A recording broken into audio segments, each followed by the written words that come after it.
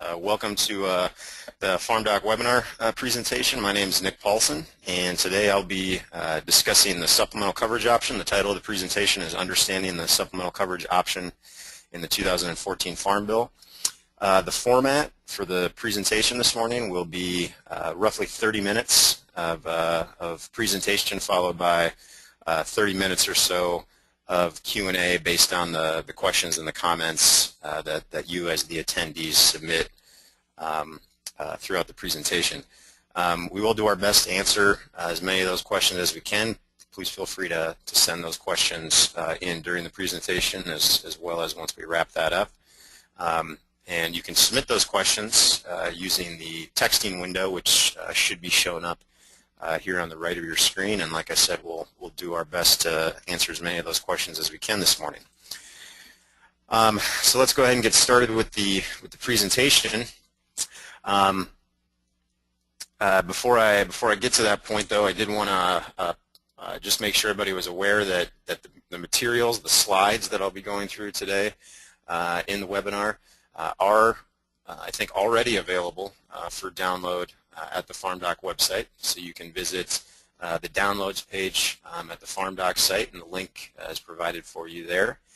The PDF file of the slides should be there right now, and we are recording both the audio and what you see here on the screen, the video portion of the webinar this morning, and that video should be posted and available again at that downloads page by some point tomorrow. So again, on the questions, please go ahead and feel free to submit those during the presentation, and we'll do our best to get to as many of those as we possibly can.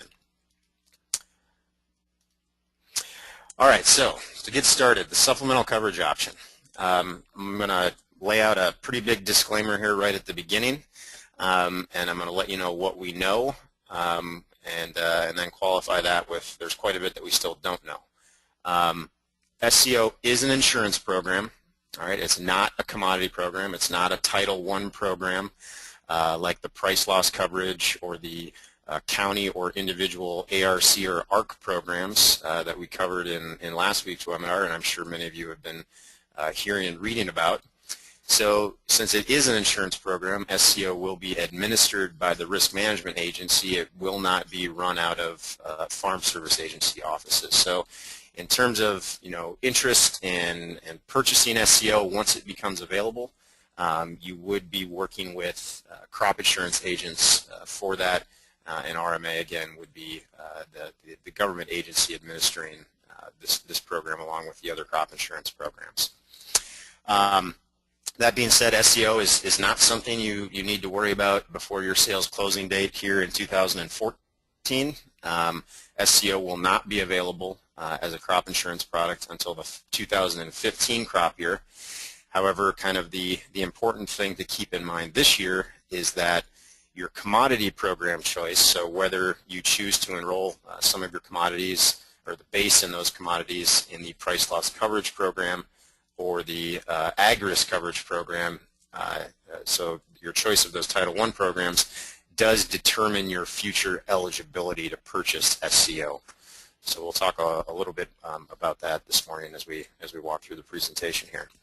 Okay, and then here's the big but. The regulations for none of these programs have yet to be finalized. So we have the legislative language that was passed by Congress, signed by the President, and now that is basically put on the shoulders of the agencies to write the regulations in terms of how to actually administer and implement these programs. So we don't have a lot of the important details about how things will work on the ground yet.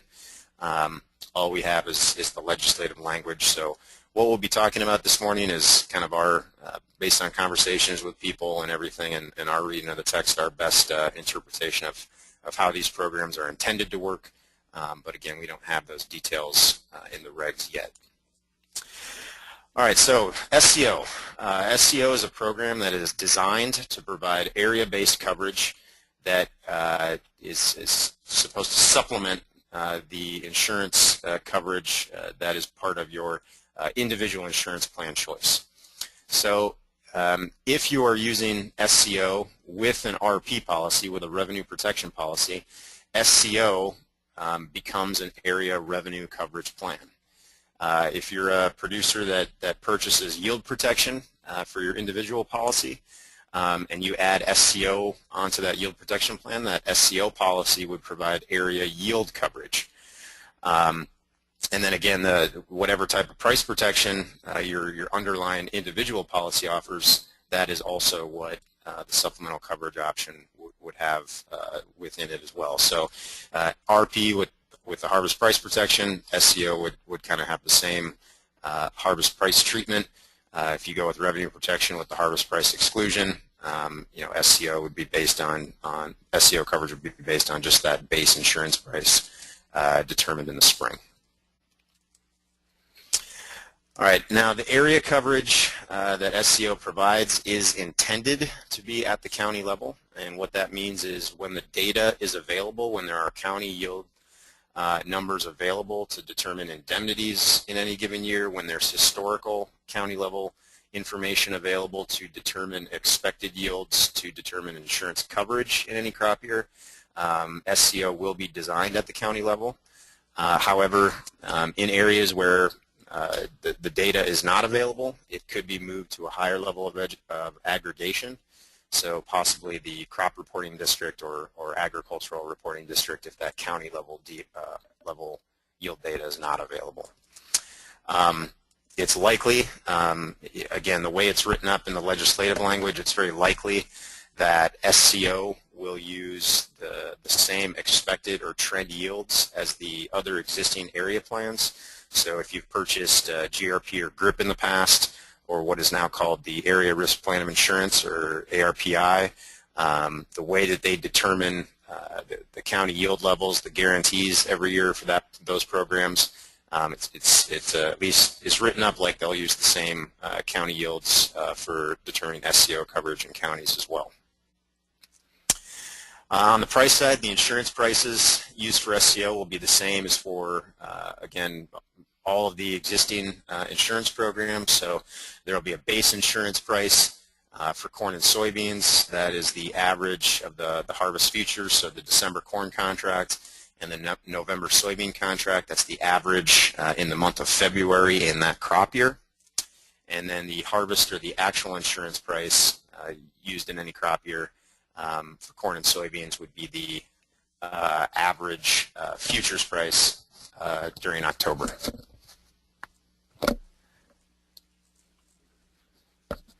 All right, the guarantee then in any given year would be the product of that expected trend yield and the base price for revenue coverage. Again, if you're coupling SCO with the yield protection plan, the trend yield or the expected yield in your county would be the basis for the guarantee on an SCO yield coverage policy.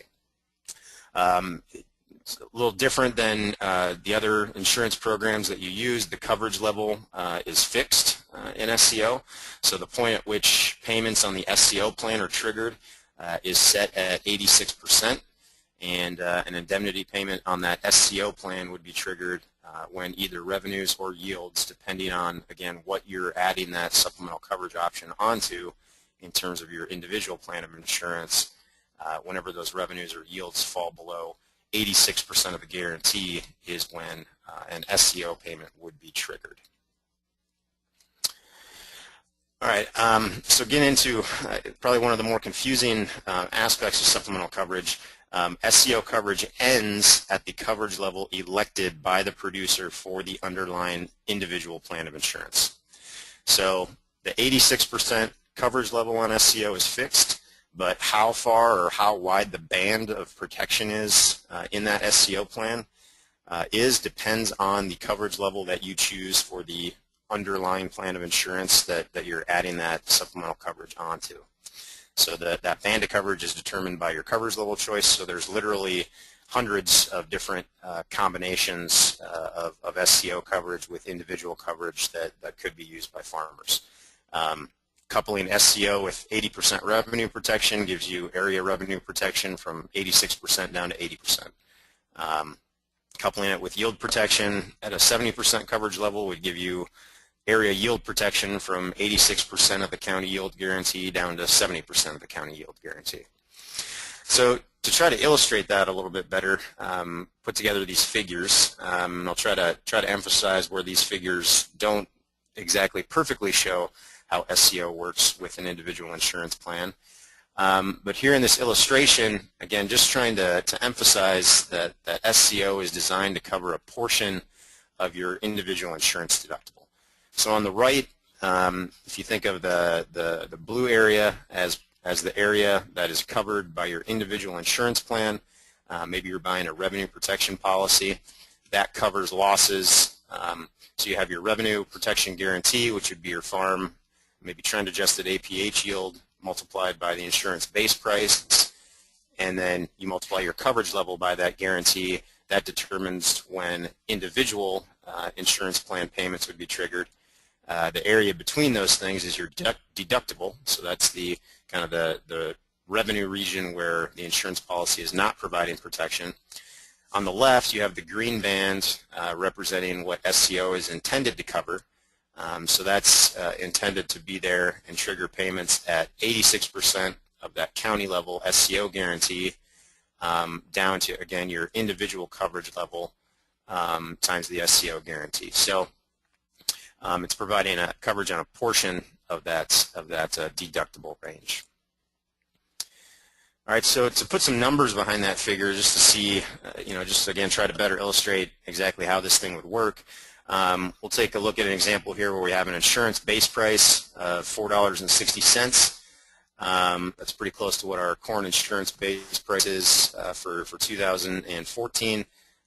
We got a county trend yield. We'll assume that that's 180 bushels per acre. So if we multiply those two together, that would give you a guarantee on the supplemental coverage option of $828 per acre. At the farm level, let's say you have a trend-adjusted APH yield above the county, so you have 190 bushel trend-adjusted APH yield.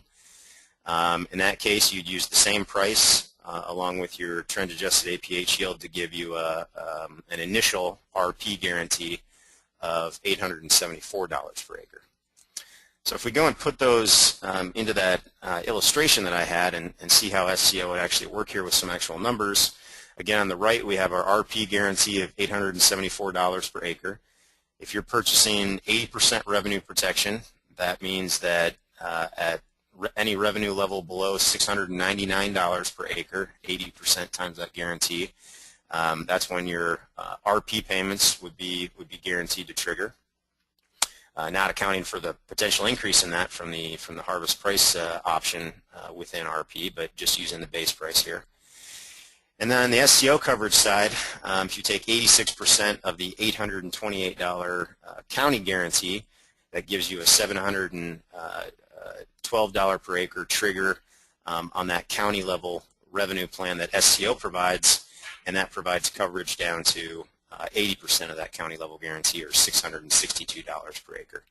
So the difference between that $712 trigger on the SCO side and the $662 number that's implied by that 80% coverage level, that defines the band of coverage that SCO provides. So that $50 difference is basically an estimate of the maximum SCO payment that the farmer would receive in this situation. All right, if we bump our coverage level down to 70%, again using the same farm example number, our RP guarantee is still $874, but moving the coverage level down to 70% drops the point at which revenues must fall below before our RP payments would be triggered, so that goes down to $612 per acre. What that does is just widens the band of coverage that SCO provides.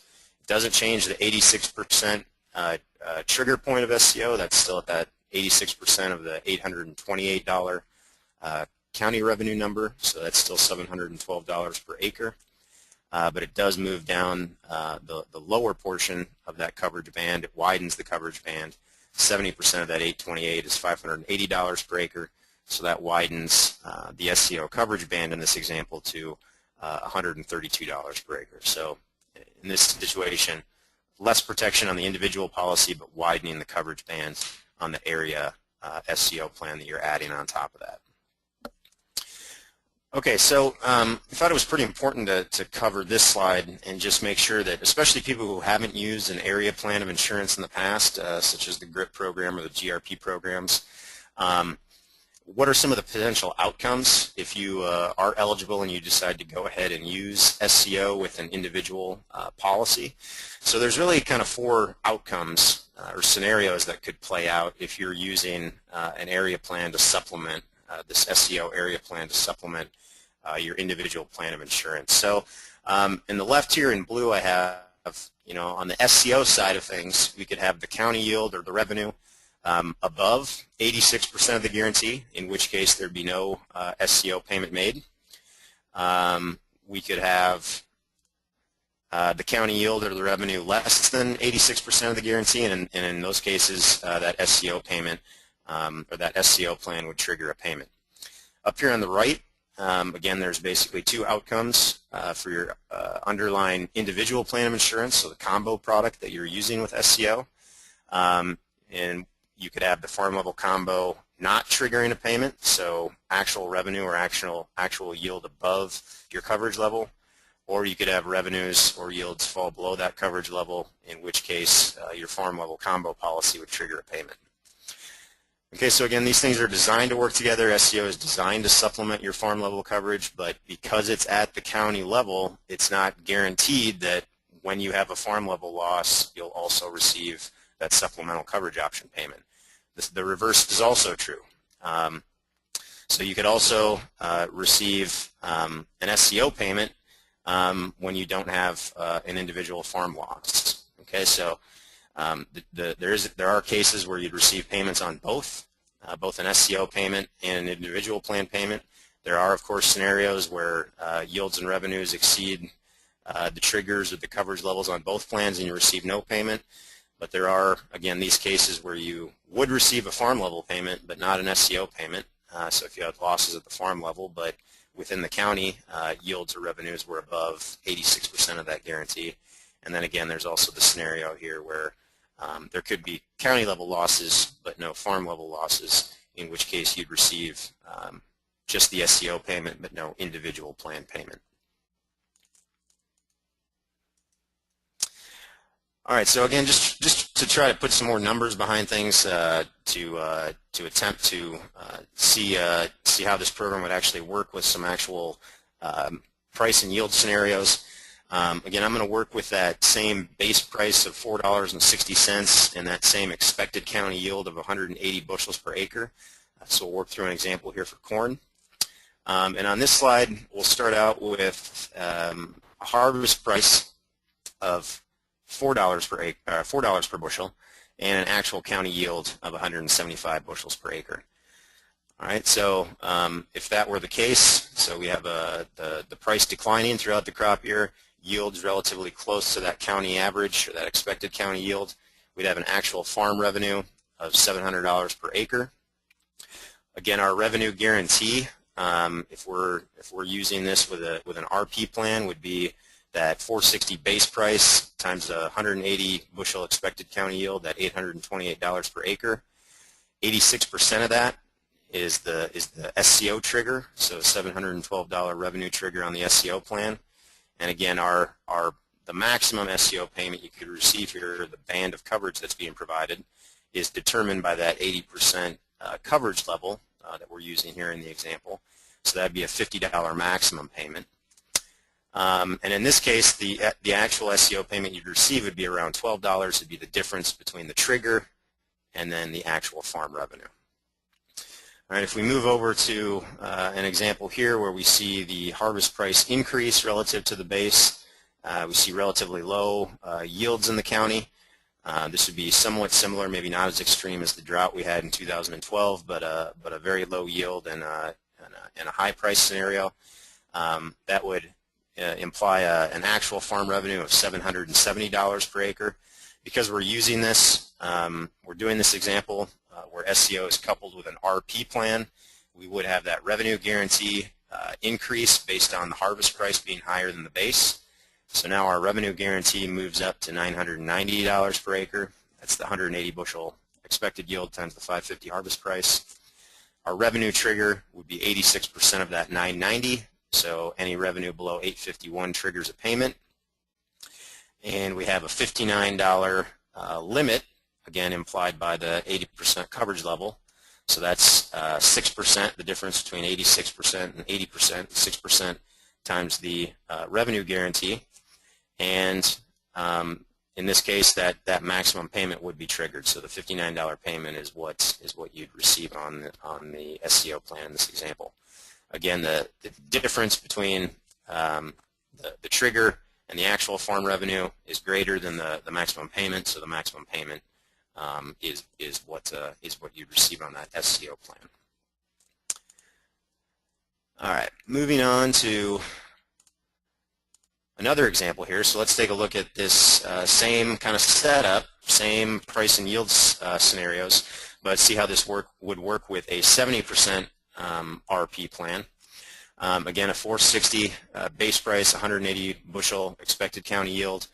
If we had a $4 harvest price, 175 bushel actual county yield, that'd be a $700 actual farm revenue. Our revenue trigger doesn't change here, and we'd have again a $12 payment. What does change is the band or the maximum payment that SCO could provide. All right, in this case now we've reduced our individual plan of insurance down to a 70% coverage level. So the difference here is 16%. So this $132 is 16% of that $828 revenue guarantee. We move over here to the high price, low yield scenario, 550 price, 140 bushel yield for the county. We've got a $770 actual farm revenue. Again, because we're using an RP plan here with SCO, that SCO revenue guarantee would bump up to $990 based on that 550 harvest price. Our revenue trigger remains at 86% of that, 851, and our max payment would actually increase. Again, it'd be the difference here, 16% times the 990. In this case, we wouldn't hit our maximum SCO payment, so here the $81 is based on the difference between the 851 trigger and the $770 actual farm revenue.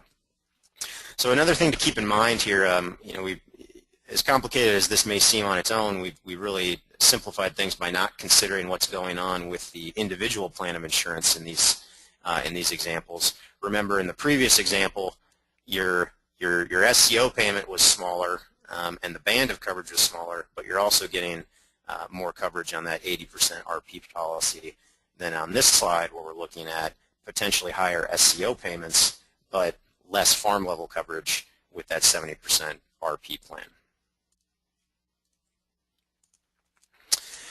All right, now, again, with the Farm Bill was just passed in February, we're still trying to understand the language, getting our questions answered in terms of how these programs are going to work, waiting for the regulations to be written. But we have started to do some analysis of these programs. So I did just want to point out, did a little bit of historical analysis on, again, at least how the SCO program is designed. And what this map shows is how often over the last 38 years, or from 1975 to 2012, how often a program like SCO, so a county level program with an 86% coverage level or an 86% trigger, how often would a program like that actually trigger a payment? Now, this doesn't tell you how big that payment might be, but how often does county level revenue actually fall below 86% of expected revenue? And as you can see, at least within Illinois, and I would guess that these results would extend to many other states throughout the Corn Belt. As you can see in Illinois, most of the states, I think the average statewide was about a 30% to a 35% likelihood of SCO payments being triggered. So to put that in different terms, you could maybe expect an SCO payment to be triggered with that 86% coverage level maybe 1 out of 3 years. Some areas of the state, at least over the 38 years that I looked at, that likelihood was even higher, maybe one every 3.5 years, so maybe 40% of the time in a few of the states, and then some of the states were below 25%, so less than 1 out of every 4 years. So the likelihood is relatively high in terms of how often county revenues actually fall below 86% of expected. And I guess the other point I would make about SCO is because it's based on insurance prices, it's a little different than how the acre program worked, or how even we expect the new ARC program to work. It's much less consistent in terms of paying out in consecutive years. So SCO payments historically are more often than not driven by changes in price level. So drops from the base price, drops in the harvest price relative to the base price. And those things don't necessarily happen in consecutive years. It's kind of more of a random pattern across time within any given county, how often these things trigger. A little different than how the ARC program is designed in terms of the dynamics and how likely payments would be, and having payments in one year, making payments in another year more likely in a program like that.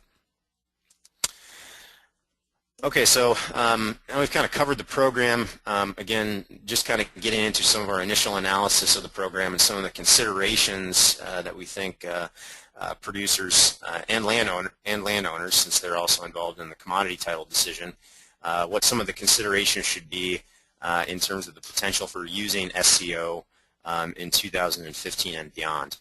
So I think a somewhat fairly obvious observation is that coupling SCO with 85% coverage on any individual plan is not going to add much additional protection. So again, SCO covers between 86% and your individual insurance plan coverage level.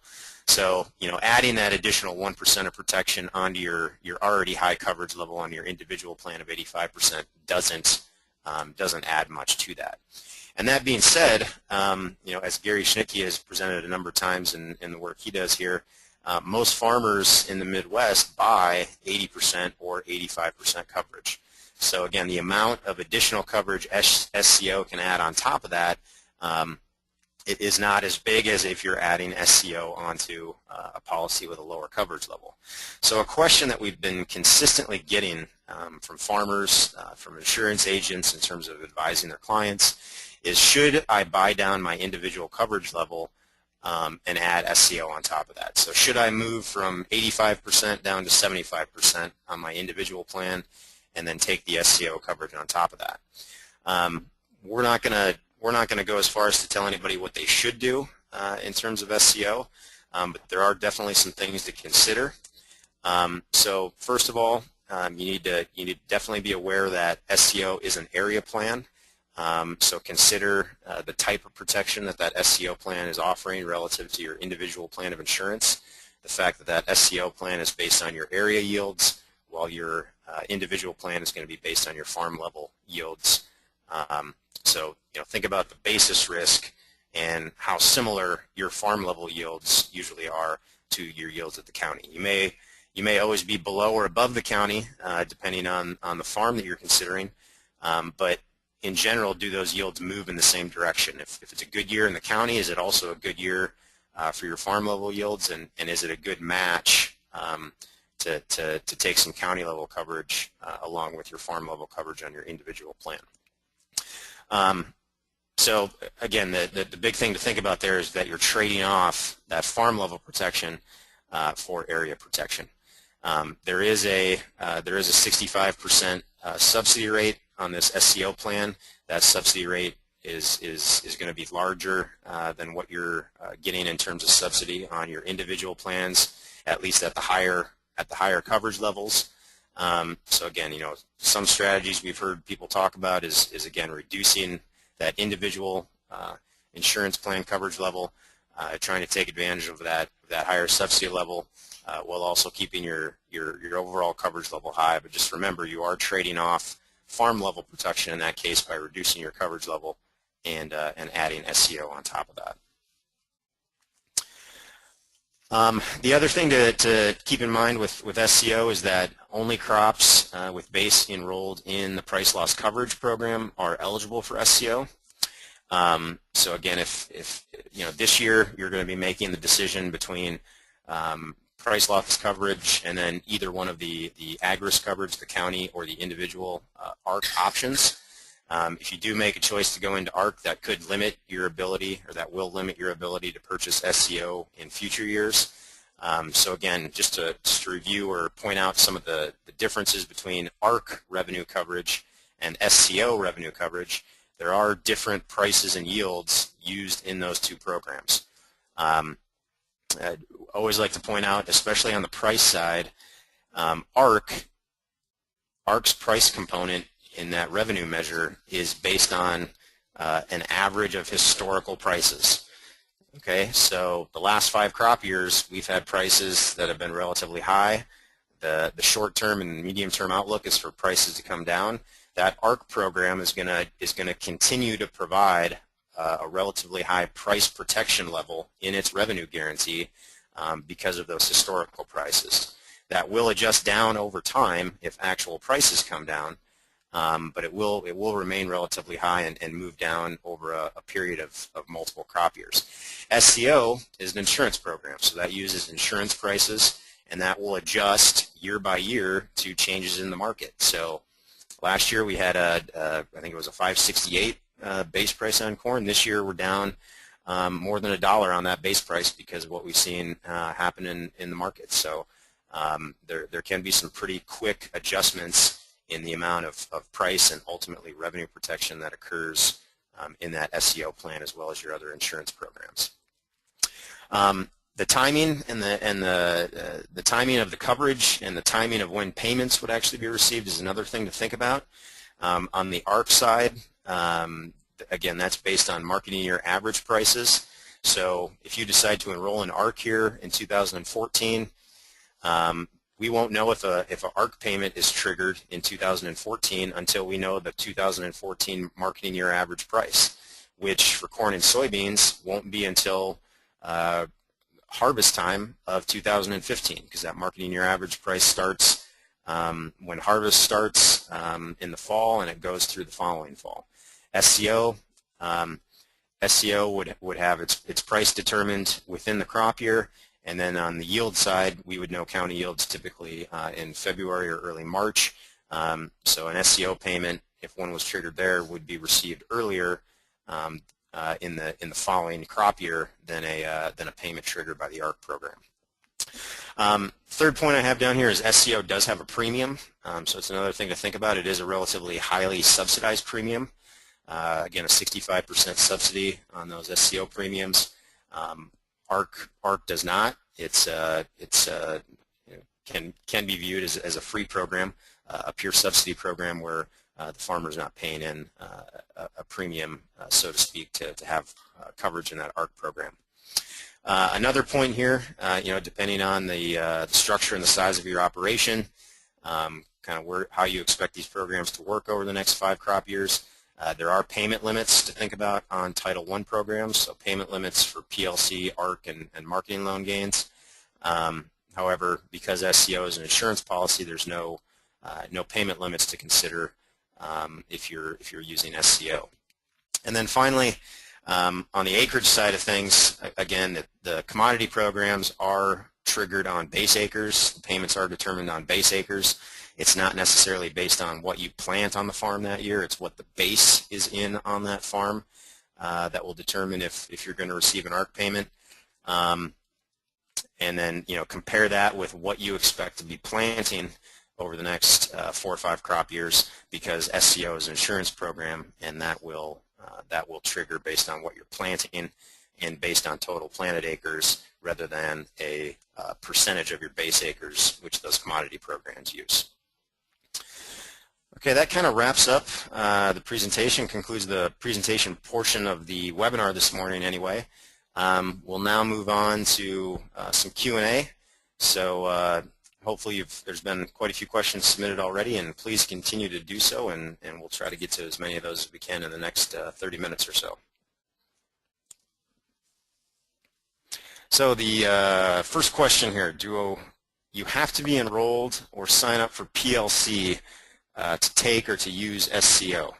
Yes. Again, the language here is that only commodities that are enrolled in PLC will be eligible for SCO. So if you do choose ARC, that could potentially limit your ability to use SCO starting in 2015.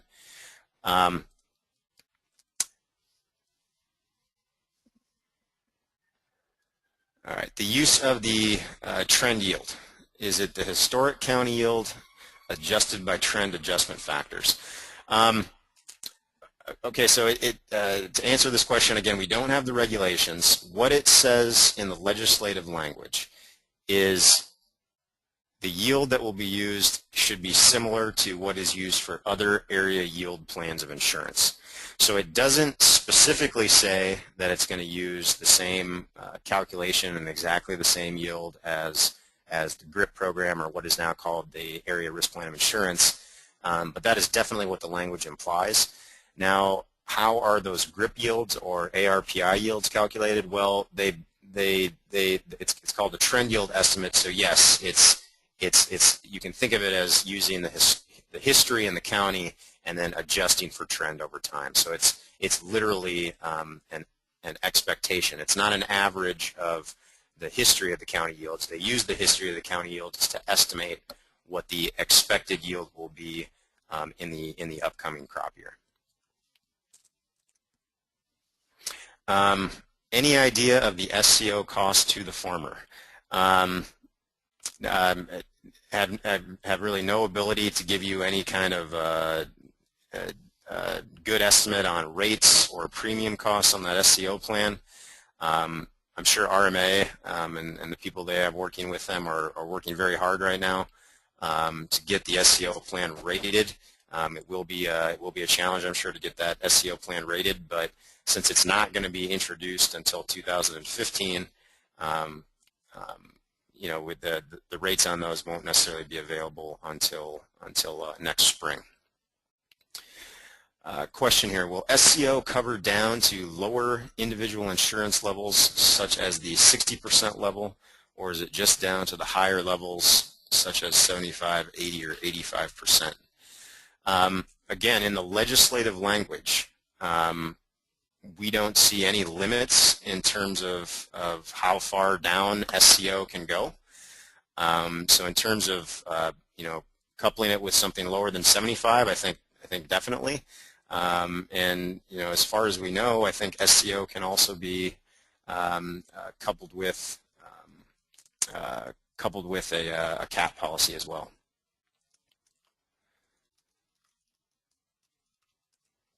All right, SCO uses planted acres. How are those reported? So it'd be the same. SCO is an insurance plan. So in terms of what you're planning and what you're covered on with SCO, that determination would work in exactly the same way with how you're currently doing it with the crop insurance agent. So however you're reporting acres now for any individual plan that you're purchasing, our best guess, again, without the regulations, would be that SCO would work in exactly the same way in terms of acreage reporting.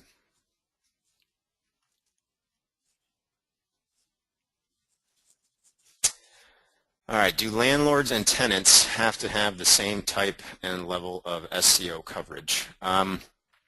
So I'm going to assume that this question is for a share rent situation. In a cash rent situation, the tenant would be purchasing insurance for the farm and then making the SCO decision. In a share rent, my understanding is that the farmer and the tenant could purchase different individual plans of insurance. So in that case, maybe the tenant's purchasing a different coverage level, maybe the tenant's purchasing RP and the landowner's purchasing yield protection.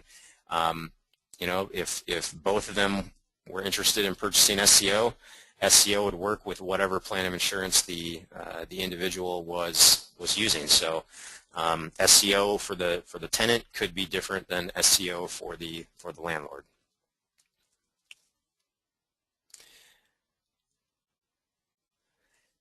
If you don't participate in FSA programs, can you get SCO? Yes, there is no requirement, so to speak, that you participate in those FSA Title I programs to get insurance coverage, which implies there's no requirement to be able to use the SCO program as well. All right, can you choose PLC and SCO on one farm and ARC on another? All right, these are questions that could actually create more questions than answers as I start to answer these. So again, the question was, can you choose PLC and SCO on one farm and ARC on another? Let me further complicate that question by first pointing out what a farm is and what a farm could include. So that question is more complicated because not only could you have SCO on one farm and ARC on another, but within an FSA farm ID, you could have base in multiple crops. So you could sign up the base in corn on one farm in ARC, but then sign the base that you have in soybeans up for PLC on that same farm. And again, what we can glean from the language and the questions we've asked both RMA and FSA folks about this is that the farmer would be eligible to purchase SCO for soybeans, but they would not be eligible to purchase SCO for corn in that case because they'd chosen to enroll their corn base in ARC. So again, to come back to the question, I think the answer to that question is we're not entirely sure yet.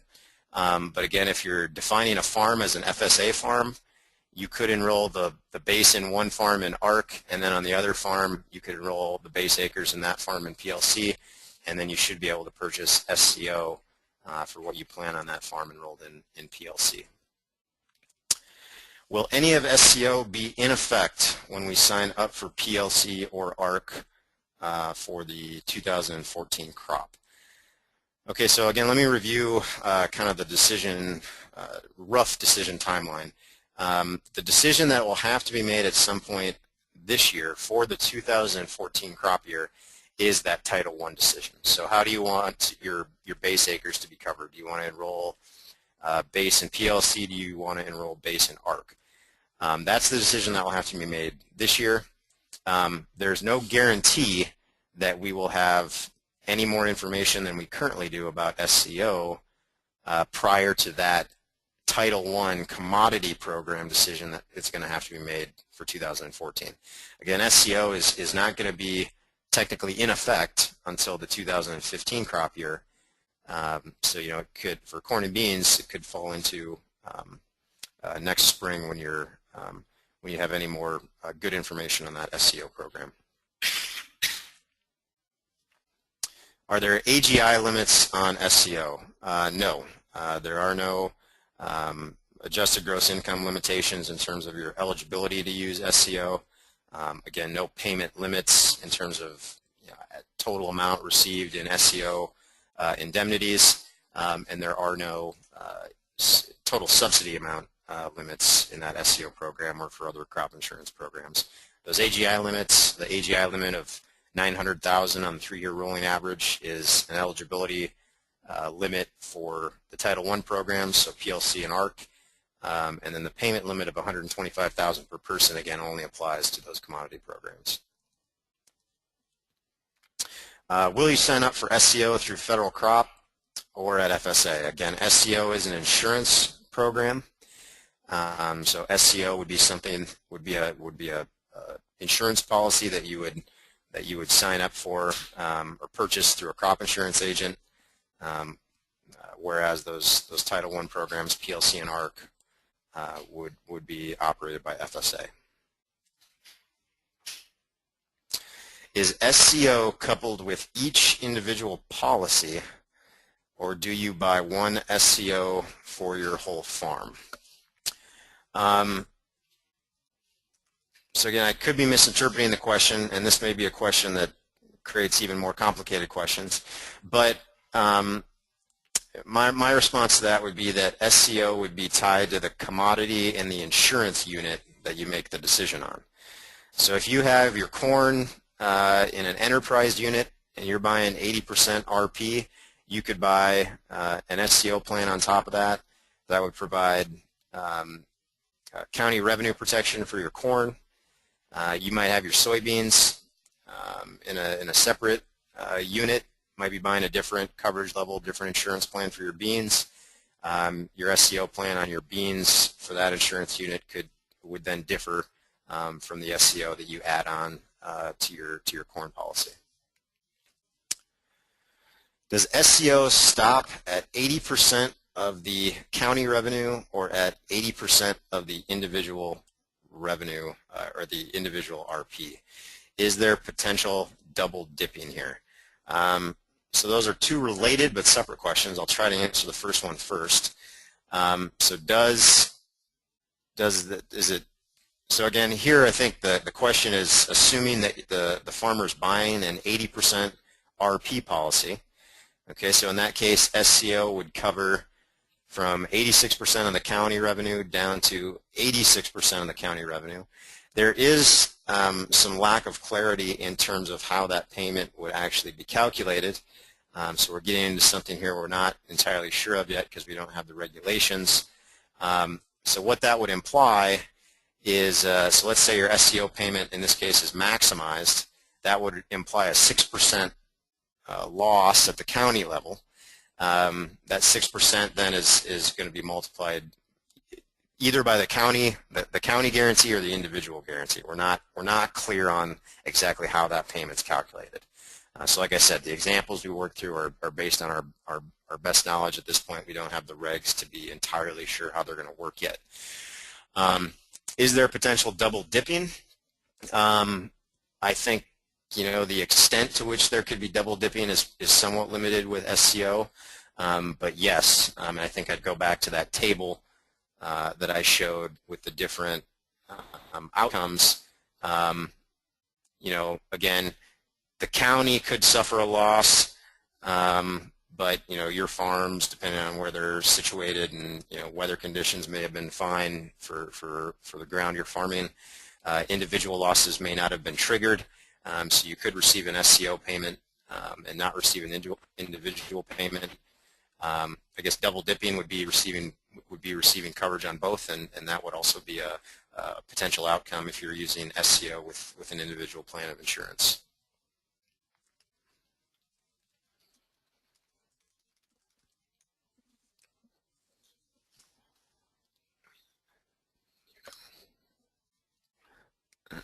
All right, how are the area county yields determined and how is that information obtained? So what RMA uses is the county yield information that is published by NASS, the National Ag Statistics Service. County yield information was, I think, just released a few weeks ago. Gary Schnicke had a FarmDoc Daily piece that came out that week that summarized kind of the county yield information that was made available for the state of Illinois. If you take a look at that, if you take a look at the data, not necessarily every county has a yield reported for 2013 in Illinois or in other states as well. But those are the yields. That is the county information that RMA uses to determine area plan payments. So it's the actual yield used in the year to determine the indemnity payment. And then that historical county yield information is what is used to determine the expected county yield or the trend yield to calculate the area plan guarantees in any given year. How is that calculation made?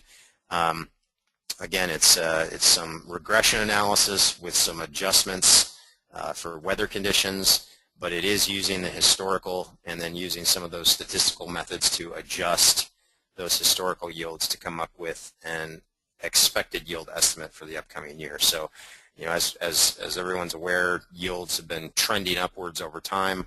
The area plans of insurance do calculate an expected yield that accounts for that trend when they're putting together the yield estimate used to determine the yield guarantee on an area plan or the yield component of a revenue guarantee on an area plan.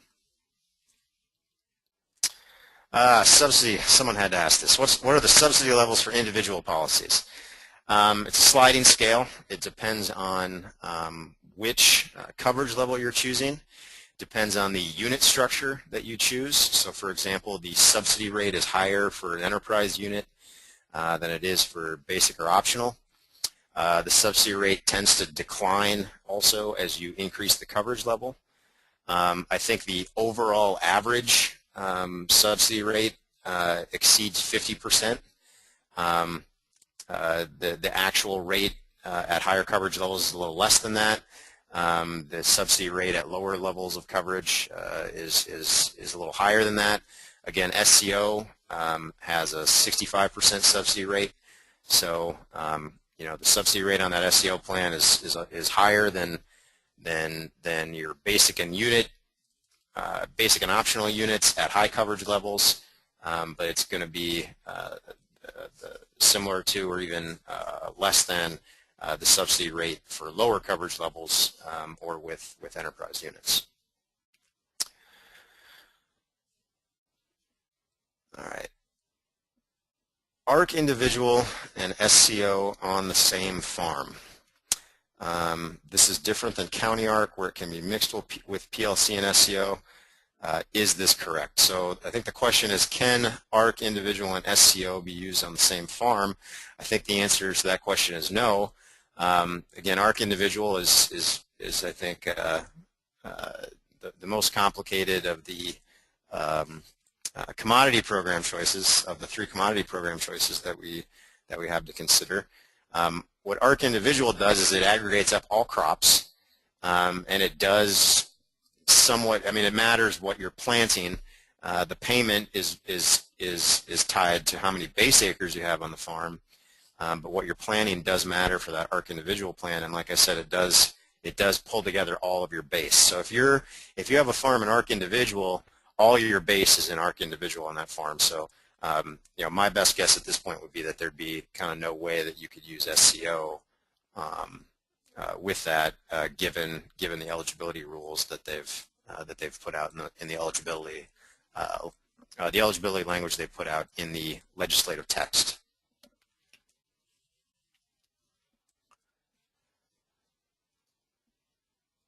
All right, just trying to sift through some more questions here.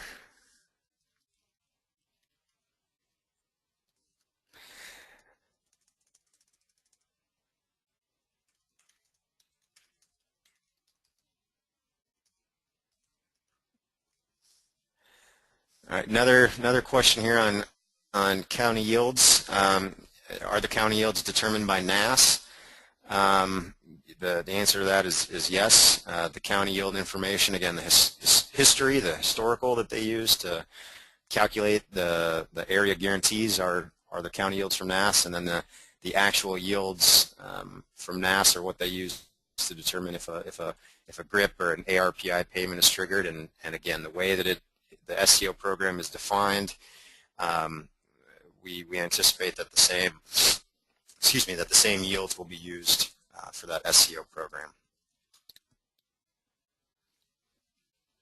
Let's see here, we are getting a number of questions about whether or not SCO can be added onto the area risk plan of insurance, and we are not entirely sure on that. We've gotten more no answers on that than we've gotten yes answers. So we don't think that SCO can be added onto ARPI. It would make sense that it could not be, just because they're both area plans, they're both triggered on the same thing, and the subsidy rates could differ. So the way it's written up, it does seem like SCO is a program that's written to be coupled with an individual policy.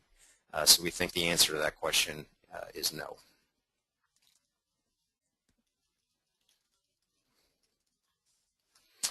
All right. Well, it seems like we're kind of out of questions.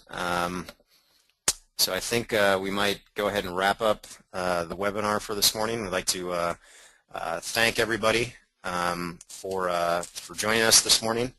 The webinar will conclude now. We want to remind you that the slides, audio and video, the slides are available today at the download page. farmdoc.illinois.edu/webinars, and a video with both the audio and the visual here on the slides will be available tomorrow. Appreciate your participation. Definitely appreciate the questions. Hopefully we were able to answer those as best we could. Please do join us again in the future and visit our website for continually updated schedule of future events. Thank you.